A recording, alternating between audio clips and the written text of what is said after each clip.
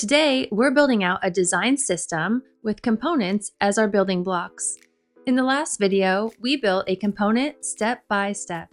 I'll link up to that video in the description below if you want to check it out. But first, what is nesting? Nesting components simply means placing one component inside another. Instead of building one reusable layout, you're building reusable systems. Think of it like stacking building blocks. Each block is independent, but when you combine them, you create something much more powerful. Let's take a look at a real example.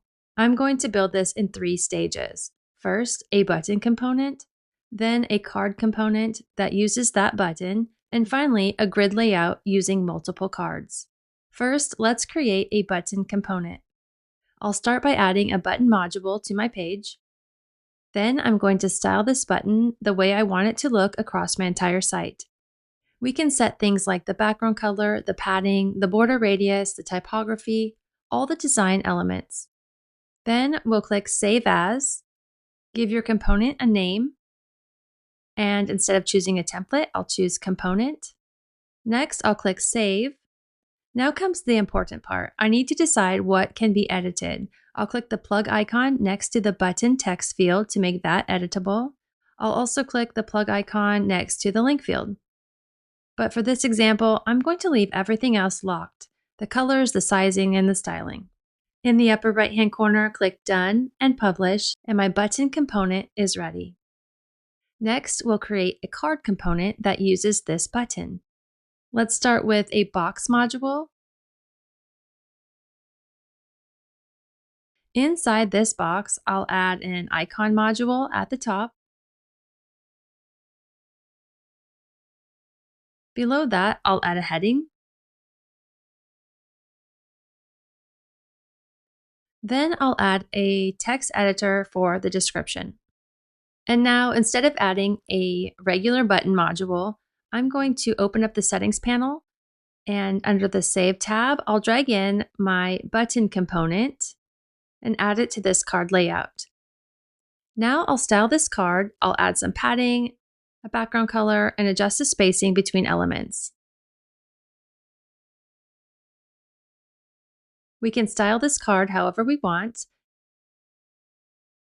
And once we're happy with the design, we'll click Save As, give your component a name. Again, I'll choose Component from the dropdown. Next, I'll click Save. The component will open up in a new editing tab, and we need to mark the editable fields. Let's open up the icon module and click the plug icon next to the icon. Click Save. Next, I'll open up the heading module and we'll click the plug icon to allow the text field to be editable. And lastly, let's click to open the text module and enable the plug icon for the text editor field. The button component has already been configured, so we don't need to do anything with that now. In the upper right-hand corner, click Done and Publish to save your changes. Now we can move on to the next step, and this is where it gets really interesting. I'm going to create a features section using 3 of these cards. Let's add a box module to the page and set it to grid. Then we'll set the display to 3 columns and 1 row. I'll add some background color. Let's go to our Saved tab and drag in the feature card component into the first column here. And then we'll add it also to the second and third columns. Now I have 3 identical cards side by side.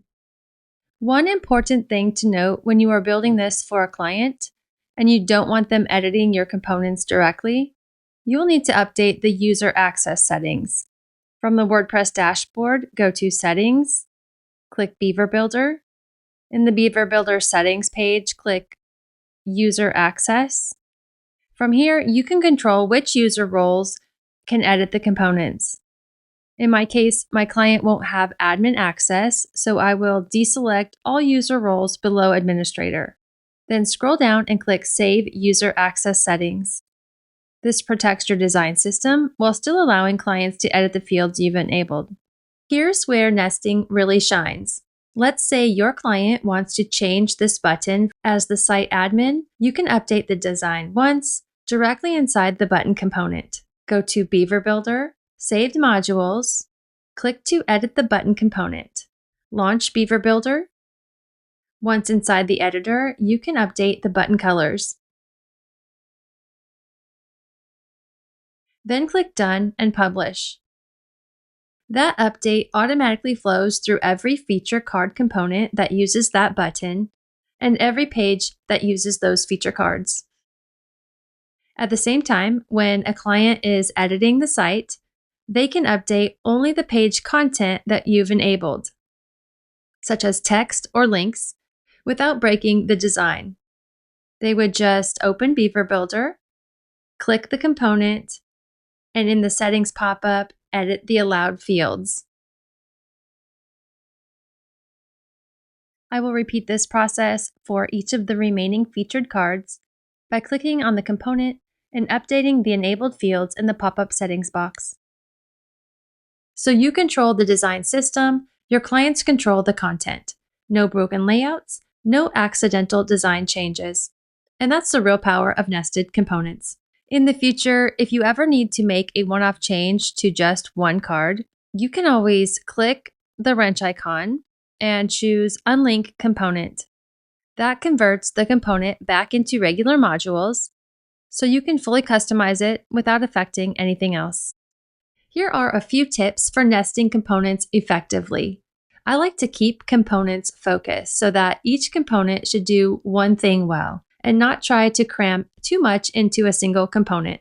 Don't over-nest. If you nest components 5 or 6 levels deep, it becomes hard to manage. 2 or 3 levels is usually the sweet spot. Plan your structure before you start building. Think about which sections will be reused and which fields need to be editable. A little planning up front saves a lot of time later.